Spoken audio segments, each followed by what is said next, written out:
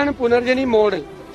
Account ഇല്ലാതെ നമ്മൾ ഫെസിലിറ്റേറ്ററായിട്ട് ഡോണറിന്റെ കയ്യിൽ നിന്ന് ബെനിഫിഷ്യറിലേക്ക്. അപ്പൊ ഞാൻ എന്ത് ചെയ്തു, ഉഷ തയ്യൽ മെഷീൻ കമ്പനിയായിട്ട് എഗ്രിമെന്റ് ഉണ്ടാക്കി. അപ്പൊ അവര് പറഞ്ഞു 100 എണ്ണത്തിന്റെ പൈസ ഞങ്ങൾക്ക് തന്നാൽ ഞങ്ങൾ 110 മെഷീൻ തരാമെന്ന്. അപ്പൊ ഞാൻ ഒരാളുടെ നിന്ന് 100 മെഷീന്റെ പൈസ ഉഷയിൽ അടപ്പിക്കും. ഉഷ വന്ന് അസംബിൾ ചെയ്യും.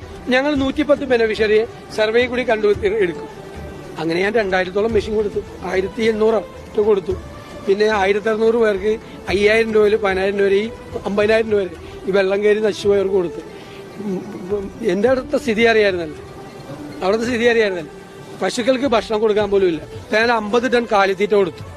ഞാൻ 48 അംഗൻവാടികൾ വെള്ളം കയറി നശിച്ചുപോയി.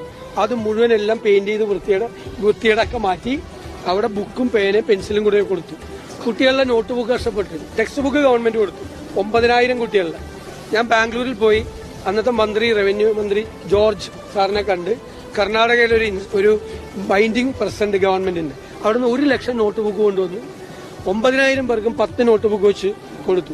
22 സ്കൂളിലെ ലാബ് ശരിയാക്കി. അത് വെള്ളം കയറുന്നതിന് മുമ്പ് 25 ലാപ്ടോപ്പ് ഉണ്ടായിരുന്നിടത്ത് 30 ആക്കി കൊടുത്തു. എല്ലാ ലൈബ്രറിയും ശരിയാക്കി കൊടുത്തു. എല്ലാ സ്പോൺസേഴ്സ് കംപ്ലീറ്റ് മുഴുവൻ റീബിൽഡ് ചെയ്തു. എന്റെ അവിടെ മുഴുവൻ നശിച്ചുപോയതാണ്. മനസ്സിലായില്ലേ? അങ്ങനത്തെ ഒരു സംഭവം ചെയ്തതിനാണ് ഈ പറയുന്ന